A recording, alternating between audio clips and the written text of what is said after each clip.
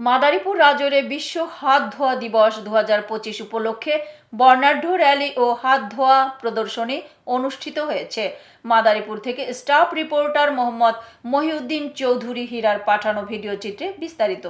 15 October রোজ বুধবার সকাল 11 ঘটিকার সময় সারা দেশের ন্যায় রাজর উপজেলা প্রশাসন ও উপজেলা জনস্বাস্থ্য অধিদপ্তরের আয়োজনে রাজর উপজেলাতেও নানা আয়োজনের মধ্য দিয়ে বর্ণাঢ্য র্যালি ও হাত ধোয়া প্রদর্শনী অনুষ্ঠিত হয়। উক্ত র্যালিতে প্রধান অতিথি হিসেবে উপস্থিত ছিলেন রাজর উপজেলা নির্বাহী অফিসার মোহাম্মদ মাহফুজুল হক।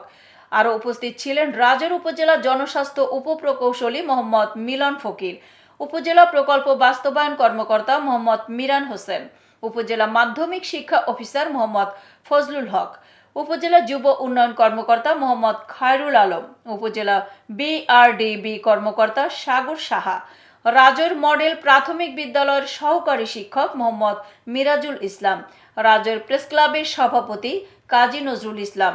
আরও উপস্থিত ছিলেন রাজর প্রেস ক্লাবের সাধারণ সম্পাদক মোহাম্মদ নাজমুল কবির বাবুল, রাজর মাধ্যমিক বালিকা বিদ্যালয়ের গার্লস গাইড এর শিক্ষার্থীবৃন্দ, রাজর মডেল প্রাথমিক বিদ্যালয়ের স্কাউট বৃন্দ। র্যালি শেষে বিদ্যালয়ের ছাত্রছাত্রীদের হাত ধোয়া সম্পর্কে প্রশিক্ষণ দেওয়া হয়। এতক্ষণ সঙ্গে থাকার জন্য ধন্যবাদ।